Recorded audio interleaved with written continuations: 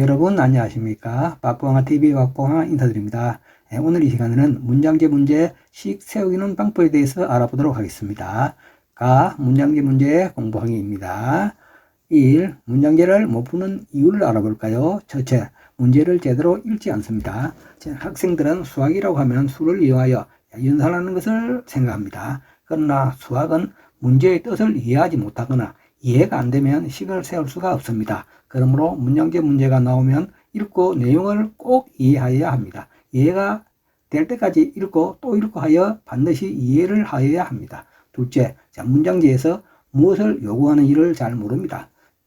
문장을 이해하지 못하면 문제가 요구하는 사항을 알지 못합니다. 모두 언어, 하, 차, 목 등을 이해하지 못하여 문제가 요구하는 답을 구하지 못하는 경향이 있는 것입니다. 부모는 문장제 문제를 해결하는 데 어려움을 겪는 자녀가 있다면 그 자녀에게 이 문제에서 무엇을 요구하는지를 말로 이야기하여 보도록 하여야 합니다. 셋째, 문제의 사항을 파악하지 못합니다.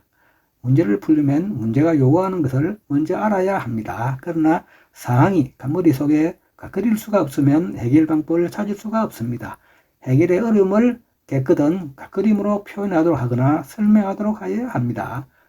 문제를 이해한 만큼 설명할 수 있기 때문입니다. 넷째, 문장을 식으로 표현하지 못합니다. 문장제는 글자 한자 한자가 그 뜻을 가지고 있습니다. 그 글자 속에 답을 구하는 열쇠가 숨어 있다는 것이죠. 문장 속에 조건이나 해결의 실마리가 들어있으니 잘 이해하는 것이 최우선입니다.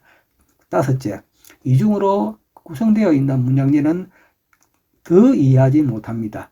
문장제는 하나의 식으로 해결되는 문제보다는 두세 단계를 거쳐야 해결되는 문제가 많습니다. 이런 것을 이해하지 못하여 어려움을 겪게 됩니다. 사고력을 올리는 문제를 많이 접하도록 하여야 합니다. 2.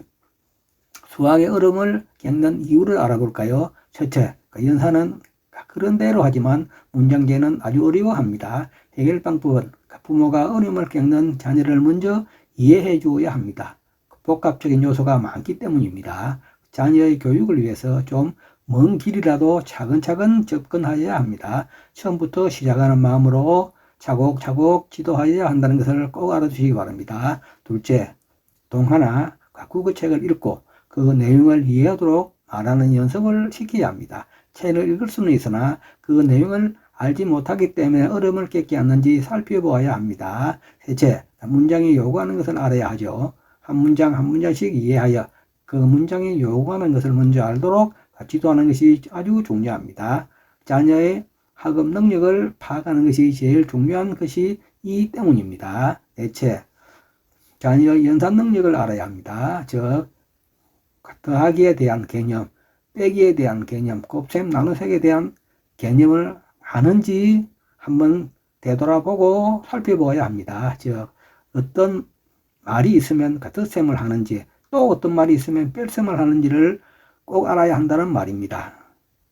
다음 시간에는 부모와 자녀가 꼭 읽어야 하는 책에 대해서 알아보도록 하겠습니다. 이상 박봉화TV 박봉화였습니다.